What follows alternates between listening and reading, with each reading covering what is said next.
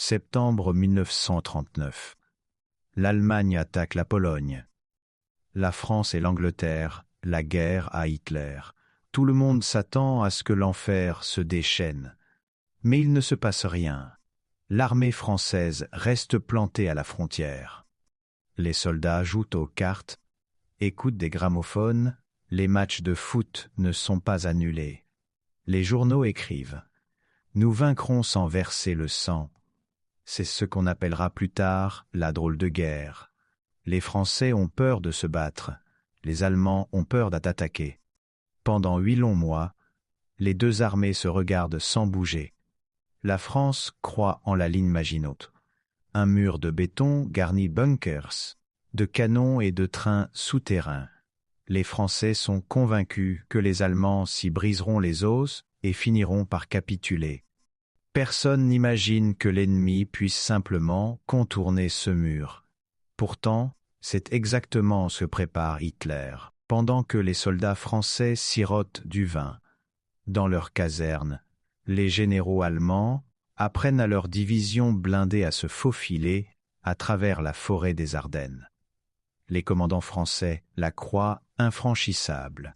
Ils se trompent lourdement. Et cette erreur va coûter le pays tout entier. Mai 1940. Hitler lance l'offensive. Mais il ne frappe pas là où on l'attend, pas contre la ligne Maginot. Il passe par la Belgique et le Luxembourg, là où les Français n'ont aligné que des troupes légères, presque symboliques. Les Allemands s'enfoncent dans les Ardennes. Des chars, des fantassins, l'armée française prévient. Les Allemands sont proches. L'état-major n'y croit pas. Trop vite, trop audacieux. Pour les gêner que les généraux allemands atteignent déjà la Meuse. Le 13 mai 1940, l'enfer commence. Les Allemands franchissent le fleuve. L'aviation française est dépassée. La DCA n'a pas de tirer. L'infanterie allemande traverse sur des canaux pneumatiques sous les balles. Ils n'ont pas le choix. Ordre du Führer. 3 jours plus tard, le front français vole en éclats. L'état-major s'affole. Les ordres arrivent trop tard. Les transmissions ne fonctionnent plus. Les unités françaises reçoivent l'ordre de battre en retraite, alors que les Allemands sont déjà derrière elles. C'est la panique. L'armée qu'on disait invincible cesse d'exister en tant que telle. Fin mai, c'est la catastrophe. Les Allemands ont coincé les troupes anglaises et françaises contre la mer, près de Dunkerque. 3 côtés. Le 4e, la mer. Les chars de Guderian ne sont plus qu'à 20 kilomètres des plages. Un dernier effort et 300 000 soldats seront pris au piège, prisonniers ou morts. Et là, l'impensable se produit. Hitler ordonne lui-même l'arrêt des chars. Pourquoi? Les historiens en débattent encore. Peut-être pour ménager ses blindés avant l'assaut contre Moscou. Peut-être parce que Göring, que la Luftwaffe, anéantirait les Anglais par les airs. Une chose est sûre, 3 jours de répit. Anglais et France s'accrochent à cette chance. Vers les plages de Dunkerque, tout ce qui flotte prend la mer. Navires de guerre, bateaux de pêche, yachts de riches, chalutiers. Les soldats attendent dans l'eau jusqu'au cou, sous les bombes allemandes. 300 000 hommes seront évacués vers l'Angleterre. L'armée française est sauve, mais sans armes, sans matériel, sans volonté de vaincre. Dunkerque devient un symbole, nous avons perdu, mais nous sommes vivants. Pourtant, pour la France, c'est le début de la fin. Juillet 1940. Les Allemands marchent sur Paris. Le gouvernement français fuit. D'abord Bordeaux. Paris est déclarée ville ouverte. Elle sera livrée sans combat pour préserver sa beauté. Le 10 juin, l'Italie déclare la guerre à la France. Un coup de poignard dans le dos. Mussolini veut sa part du gâteau tant qu'il est chaud. Les Italiens par les Alpes, mais les Français les repoussent.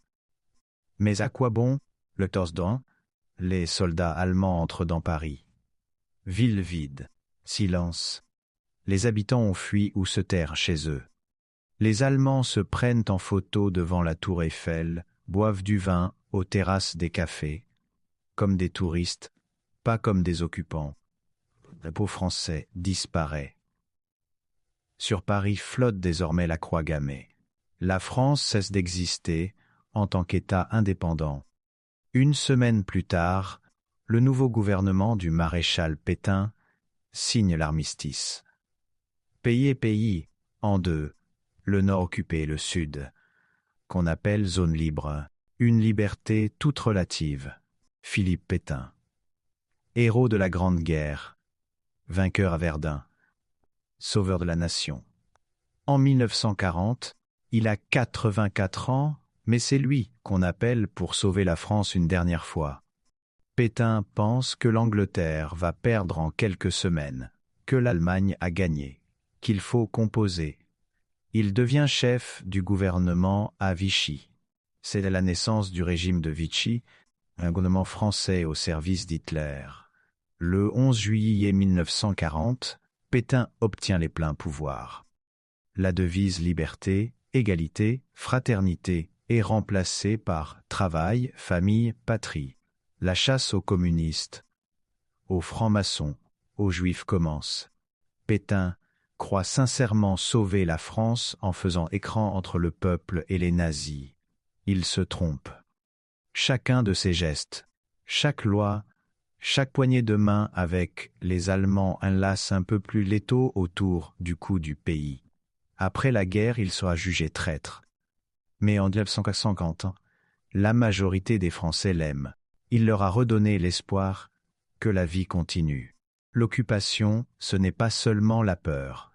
C'est aussi le quotidien. Les Allemands sont là pour longtemps et se comportent en maîtres. Les meilleurs hôtels de Paris sont réquisitionnés pour les généraux allemands. Les restaurants sont réservés aux Allemands. La nourriture est rationnée. Lait, beurre, viande, pain, tout est compté.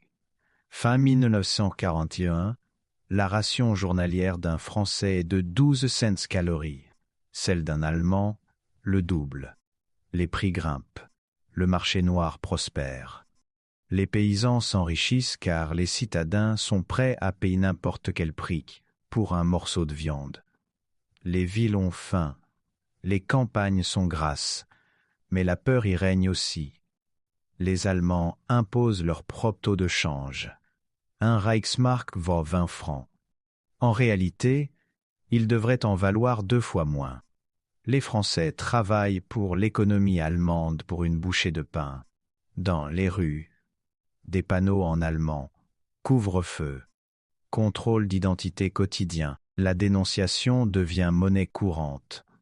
Voisins entre voisins, collègues contre collègues, parfois même enfants contre parents.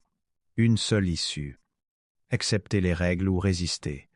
Mais résister, c'est la mort assurée. La résistance ne commence pas avec des héros, elle commence avec des isolés. Général de Gaulle, à Londres, lance son appel du 18 juin 1940. Quelques personnes l'écoutent. La France a bu une bataille. Rejoignez-moi. À ce moment-là, il n'a presque personne. Quelques milliers de soldats rescapés de Dunkerque, une poignée de volontaires. En France, les premiers actes de résistance sont dérisoires. Des étudiants taguent sur les murs, symbole de la victoire. D'autres cachent des aviateurs anglais abattus. D'autres coupent des fils téléphoniques. Les Allemands répliquent avec férocité. Pour un soldat tué, 100 otages sont fusillés. Les premières exécutions massives choquent la France, puis on s'habitue.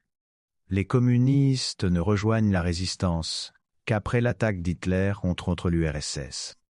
Jusque-là, ils suivaient les ordres de Moscou, ne pas toucher aux Allemands. One change tout. La résistance devient plus massive, mais reste désunie. Chaque groupe se bat pour soi, sans confiance mutuelle. Des objectifs différents, des commanditaires, des convictions différentes. mais un ennemi commun. 1. Les Allemands exigent de Vichy qu'il règle la question juive. Pétain hésite, puis accepte. Été 1942. La rafle du Lviv. La police parisienne arrête des juifs, femmes, enfants, vieillards. 13 000 personnes parquées au Vélodrome. Sans eau, sans nourriture, sans toilette. 5 jours d'enfer. Puis des trains vers les camps de la mort. La police française travaille avec plus de zèle, l'Allemande n'en demande. Elle dresse elle-même les listes, charge les wagons, arrache les enfants à leur mère. Dans le sud, en zone libre, on pensait d'abord être épargné. Erreur. Fin 1942, les Allemands envahissent si le sud. Tout le pays est sous la botte. Vichy n'est plus qu'une marionnette sans territoire. Des gens ordinaires sauvent des juifs. Des paysans cachent des familles dans leurs granges. Des religieuses fabriquent de faux certificats de baptême. Le village, protestant du Chambon-sur-Lignon, sauve 5000 enfants. Mais ce sont des gouttes d'eau. Au total, la France livrera 76 000 juifs aux nazis. Seuls quelques-uns survivront. Juin 1944. Débarquement en Normandie. On s'attendait. 4. Les Allemands se battent avec acharnement. Des cadavres sur les plages, du sang dans l'eau. Mais les Alliés la défense. 2 mois plus tard, ils sont aux portes de Paris. Dans Paris, l'insurrection gronde. Les policiers occupent la préfecture. Les étudiants dressent des barricades. La résistance sort de l'ombre. Le commandant allemand, von Choltitz, reçoit l'ordre d'Hitler, faire sauter Paris. Pauvre, Notre-Dame, Tour Eiffel, tout réduire en poussière. Von Choltitz désobéit. Il rend la ville intacte. Le 20 1944, De Gaulle entre dans Paris. La foule pleure de joie, embrasse les soldats, crie liberté. C'est l'allégresse et la vengeance mêlées. Des femmes qui ont couché avec des Allemands sont tondues, dénudées, promenées dans les rues sous les quolibettes. Des traîtres fusillés sans jugement. Pétain est condamné à mort, mais De Gaulle le gracie. La France veut oublier la honte et ne se souvenir que des héros. La guerre est finie. La France est en ruine, des villes détruites, des usines dynamitées, 1,5 million de bâtiments endommagés. L'économie est à genoux, pourtant le pays fait la fête. De Gaulle construit un mythe.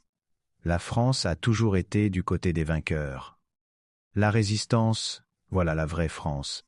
Vichy, les rafles, la trahison, c'est une poignée de traîtres sans lien avec la nation. La vérité est plus complexe. La majorité des Français, 40, ont accepté l'occupation. Beaucoup ont aidé les Allemands. Certains ont profité de la guerre. D'autres se sont tus quand on emmenait les voisins, et après, quand le vent a tourné, tout le monde s'est soudain découvert résistant. Il faudra des décennies pour que la France admette Vichy, ce n'est pas une erreur de l'histoire. Vichy, c'est nous. Le président Chirac, en 1995, présentera pour la première fois des excuses pour la rafle du Veldiv. 50 ans après la guerre, l'histoire de la Seconde Guerre mondiale en France, ce ne sont pas seulement des tanks et des généraux. C'est l'histoire de chacun, du voisin qui a dénoncé, du policier qui a fermé les yeux, de la petite fille sauvée dans une grange, du maréchal qui voulait bien faire, d'un pays qui s'est perdu et a eu tant de mal à se retrouver.